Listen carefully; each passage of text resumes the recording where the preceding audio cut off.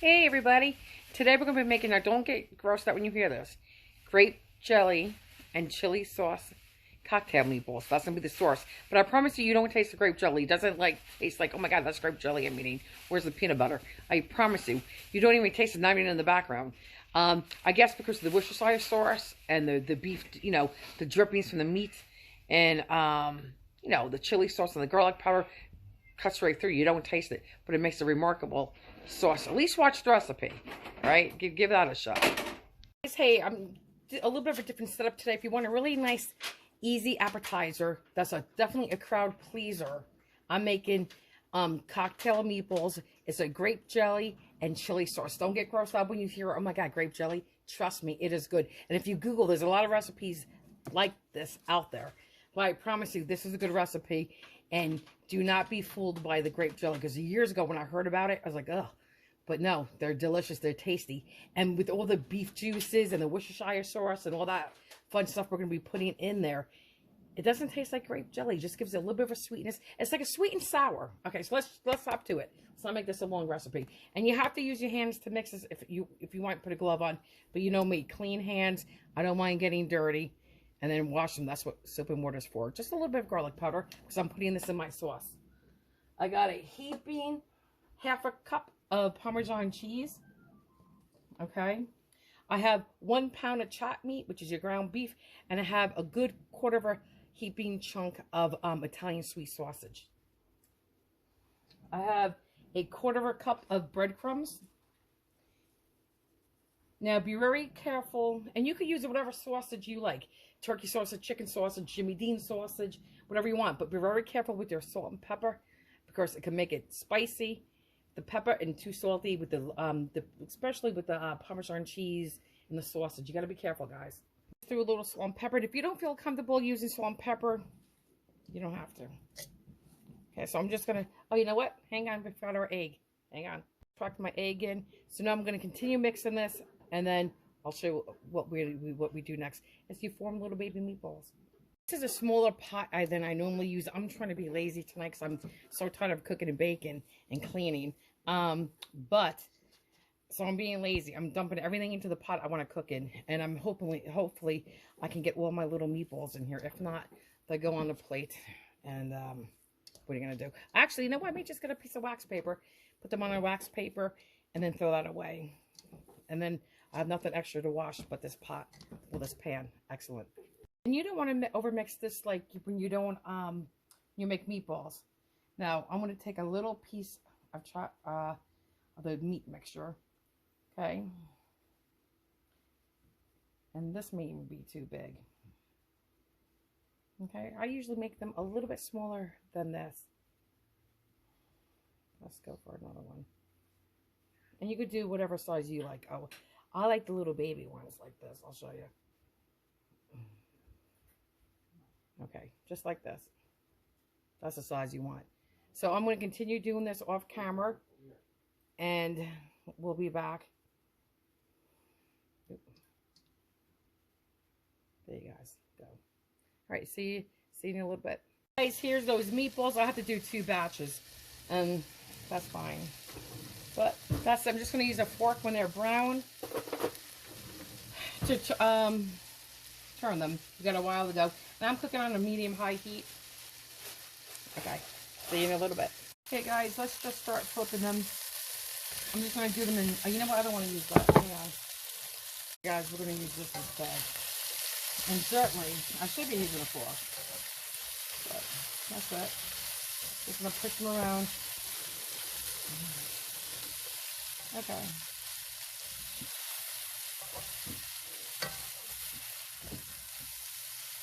Just like that, guys. Be careful. Okay. Boom, boom. Hang on. Okay. There. I'll be back. Regular meatballs, you want these to be nice and dark and brown. That's where your color is. I didn't say burn them, but you do want them dark, borderline, so they look like they could just be burnt. But, okay, this is it. Like this color back here. See that guy? Perfect. Let me just say, if you wanted this to have a more of a sausage flavor, you could definitely use more sausage in this recipe, you know? You know, more like a sausage meatball. I have a good friend, her name is Gaynor. She's from my Facebook. I see her on Facebook, and we became really close personal friends, like family. And to make a long story short, she's from England, and she taught me that, you know, this pan dripping, you can stick that in your refrigerator and use that for other cooking. Like, you know what, like she said would be really good in pan drippings when you cook potatoes, like when you boil potatoes. I don't mean like mashed potatoes, but like whole little baby potatoes, and then you fry them in pan drippings. And she said she keeps all of her beef, so that was a good tidbit. And then she also said she makes butter balls. She mixes flour with butter, puts them in her freezer, so when she needs to thicken a sauce or something, she can just pull out that little butter ball. And she's going to be having her own food, I almost said Food Network. She's going to be having her own YouTube channel, and I believe it's going to be called In the Kitchen with Gaynor. And when I know more details, I'll let you guys know. But I see what she cooks, and we go over recipes, and she shows me videos, and she's a phenomenal cook, and I learned a thing or two from Gaynor. So Gaynor, this is for you, and I love you. To get these off, this one is pretty much, I'm going to flip them. Okay. Guys, I just want to say, I drained most of all that fat and grease off, and what was that? I just wanted to mention that. Hey everybody, guess what? I know for a fact these come in 10-ounce jars, but this is 12, and this is 12 now, because I used to just open up the bottles and crack them and dump them right in there. So this is, you know what? Well, I'm going to take out 2 ounces of a 12-ounce jar. That's it. But first, I'm going to melt the jelly on low in here. So let's get some of that out. Just like this, guys. Yes, that's not too low. Hang on. Guys, here's your 10-ounce jelly. For the low, there's even more.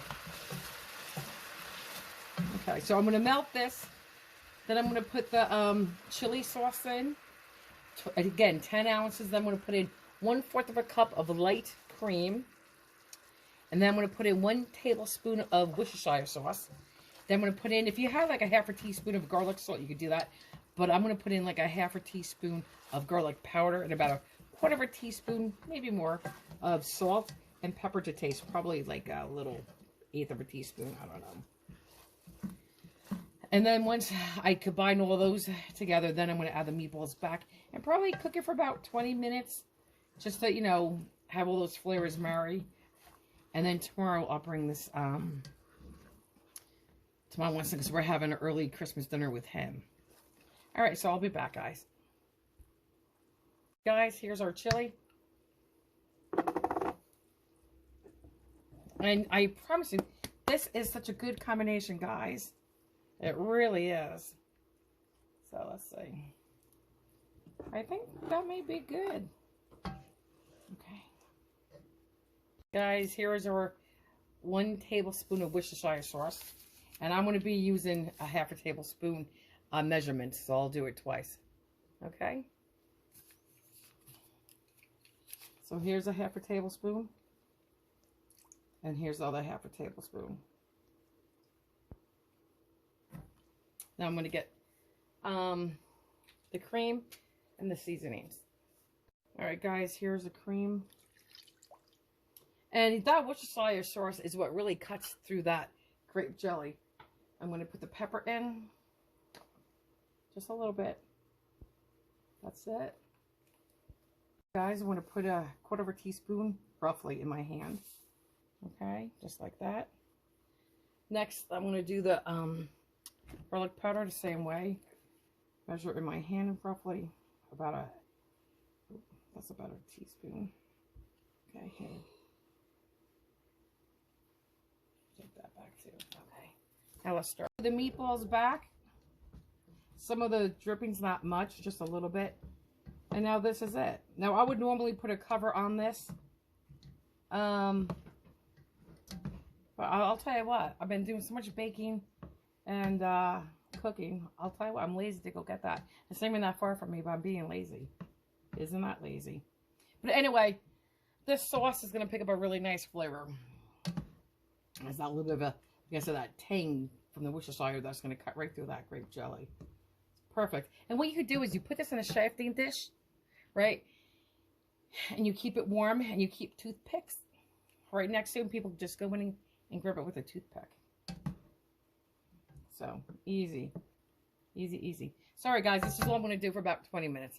And this is what it looks like. So, I'm just going to call it a night right now, right here with this recipe. Oh, you know what? Let's try one. Oh, let me get a clean spoon because that one has grape jelly. Hang on. Okay, guys. Let's do this little fella. He's an unlucky guy right now. Okay. Hang on. Guys, I don't know if you see me, but I picked up a little lucky fella in here like that. And I ate him. And I'll tell you what. You taste sausage in the background. You taste a tang. I'm telling you, you don't taste grape jelly. You wouldn't be thinking, oh my God, where's the peanut butter? You don't taste that grape jelly. Between that chili sauce and that Worcestershire sauce, you don't taste it. It's just, let me eat one more, guys. Let me try another one. I gotta eat it off camera because I don't want to chew on camera like that and make that gross sound. Hang on. I wish I knew how to describe that flavor to you. I really do. It's kind of like a little bit of a barbecue sauce, but not really. Because you do put ketchup in barbecue sauce. You do put Worcestershire sauce in that. So it could be, it tastes like a burger maybe, a little bit with a, like I said, a hint of sausage, maybe with a mild barbecue sauce. Either way, it's very good. It's delicious. And happy holidays to you all. Merry Christmas, guys. Guys, I just wanted to give you one last look before I close them up. They're cool now. And this is it. They're really good. Really good. Oh, and to warm them up, like you just put them on low on your stovetop. That's it. Or you could just use a chafing dish or whatever dish or whatever you're using. But they warm up nicely. Even in the microwave.